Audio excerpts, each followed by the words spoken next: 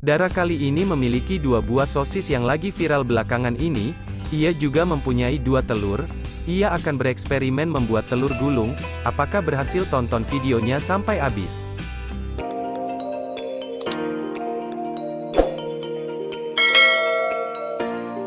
Mendengar telur gulung, Dara jadi ingin bercerita tentang pamannya yang ingin sekali menjadi anggota TNI AD.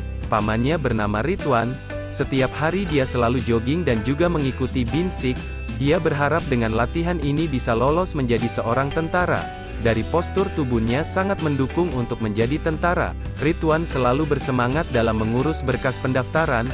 Hingga hari pendaftaran itu tiba, Ridwan pamit kepada orang tuanya dan meminta doa restu agar lulus. Sesampainya di sana, Ridwan melihat para calon peserta memiliki postur tubuh yang lebih bagus dari dia, tapi itu tidak membuatnya gentar sedikit pun.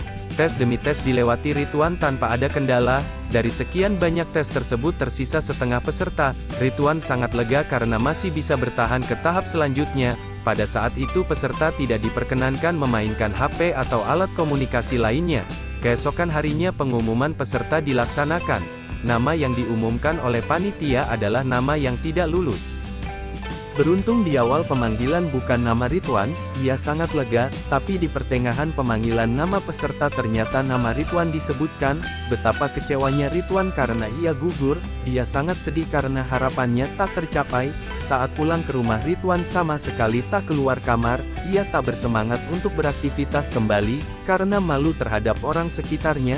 Kedua orang tua Ridwan tak tega melihat anaknya yang hilang semangat hidup. Mereka pun lalu memberikan Ridwan pencerahan, dan menyuruh Ridwan untuk mencoba mendaftar kembali jika pendaftaran dibuka. Berkat pencerahan tersebut Ridwan kembali latihan. Tiba saat pendaftaran dibuka, Ridwan kembali mendaftarkan dirinya, tetapi sayangnya ia tidak lulus lagi. Ridwan tak menyerah, ia masih mencoba. Sampai 3 kali mendaftar Ridwan masih gagal, hingga pada akhirnya ia menyerah. Mungkin rezekinya bukan menjadi seorang abdi negara, mungkin Tuhan akan mengganti yang jauh lebih baik. Ridwan yang sedih menghibur dirinya berjalan kaki di sekeliling tempat tinggalnya.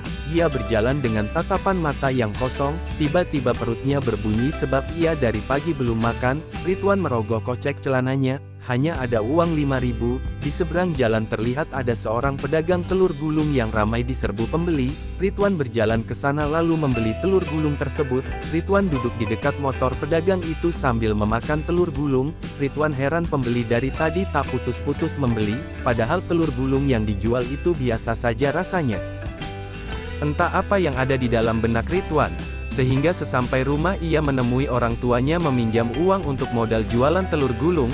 Ridwan mulai belajar membuatnya dan juga bereksperimen untuk hasil yang enak dibandingkan telur gulung biasanya. Ridwan lalu membuka outlet di tempat yang strategis dan menamainya dengan Tergul Milenial.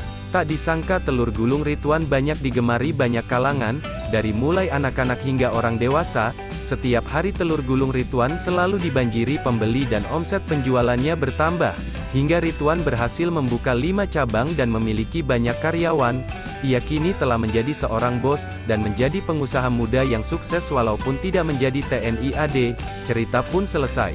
Pesan moral yang diambil dari cerita ini adalah boleh jadi apa yang kamu inginkan, itu buruk untukmu, dan apa yang kamu tidak inginkan, itu baik untukmu. Semoga cerita ini dapat memberi semangat terhadap kita semua untuk terus berusaha. Telur gulung Dara pun jadi, dan rasanya enak sekali. Terima kasih telah menonton.